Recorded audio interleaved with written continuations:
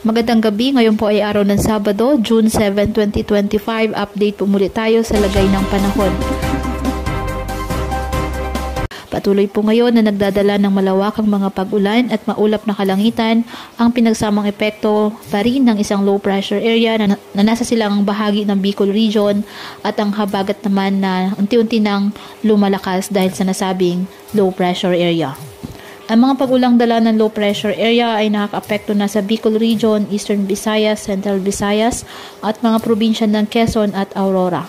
Hindi pa rin po inaalis ang tsansa na maging bagyo ito sa mga susunod na araw at papangalan ng auring ng Pag-asa.